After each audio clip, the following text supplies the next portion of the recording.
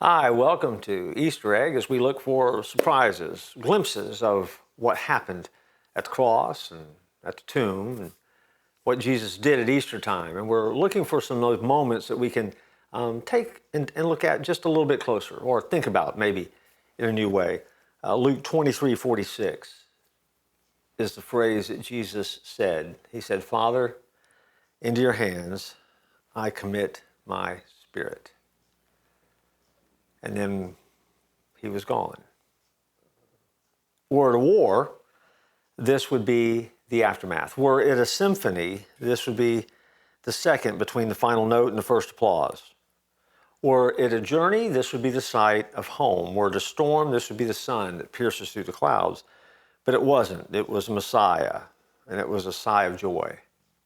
I can only imagine Jesus' voice and out of the exhaustion and pain, crying out, "Father." This is the same voice that had called forth the dead, the voice that had taught the willing, the voice that had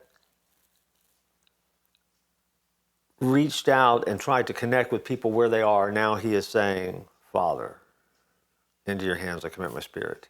It is that moment where the two are now again one. The abandon is now found. The bridge has now been built.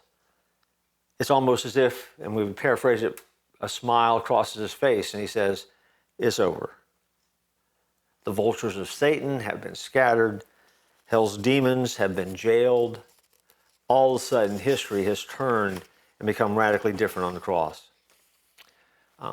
Death, it's been damned.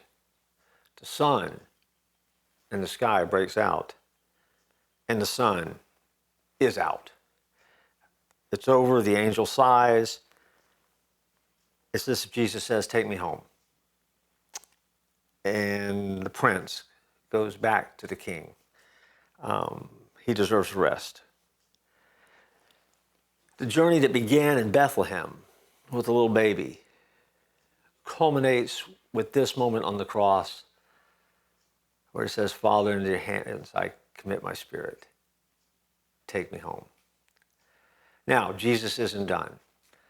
Jesus is going to come back from the grave. He's going to make an appearance to his disciples. But the 40 days after the resurrection, where Jesus is seen and he moves about and he does a number of things, it's different than it was before. The rules are going to be changed. The resurrection body is going to be different because Jesus has completed the task that was set before him. And it is that grand and glorious moment where Jesus himself got to go back home. See, there's a home that's waiting for us that we long for. There's a home that we all need to discover. And there's a part of our lives that's always spent longing for home.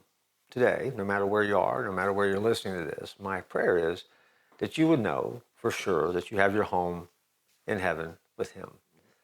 It's that place that when he got there, it was the place that he wanted to get back to, that he always knew how great it was. And it was good to experience it again.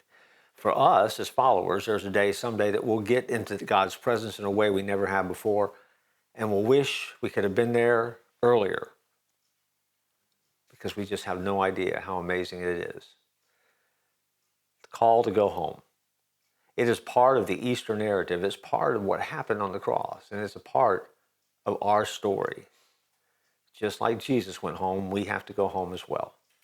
Make sure that you made those reservations and you have a home waiting for you with the Father. I look forward to joining you next time in our Easter egg extravaganza.